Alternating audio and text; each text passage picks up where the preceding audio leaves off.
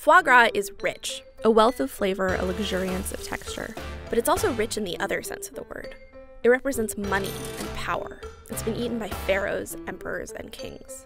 Among birds, geese livers are uniquely capable of storing fat, a quirk that allows for their long-haul migratory flights. Without this quirk, the ancient Egyptians wouldn't have started force-feeding them. An ancient Egyptian named Tai wouldn't have decorated his burial tomb with elaborate visual instructions for gavage. Fattened geese wouldn't have been presented to the king of Sparta as a gift from the Egyptians. Instructions for gavage would not have been written in Cato the Elder's De Agricultura. A decadent Roman teenage emperor fond of wild parties and well-endowed prostitutes wouldn't have become famous for feeding foie gras to his dogs. Then after almost 5,000 years, foie gras, this food for emperors, would not have become somewhat democratized. But it has. In 2011, the annual worldwide production of foie gras reached 25,000 tons. This doesn't mean that foie gras isn't cause for controversy.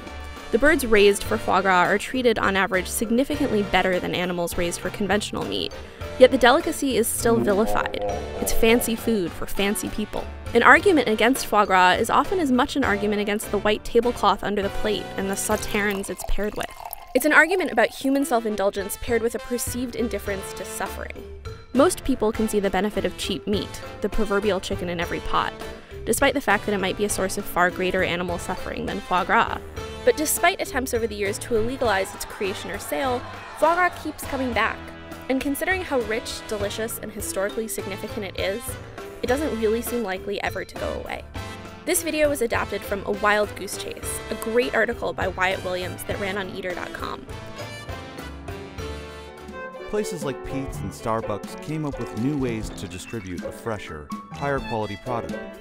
They popularized things like espressos and lattes and baristas, and they educated consumers about where their beans came from and how they're roasted.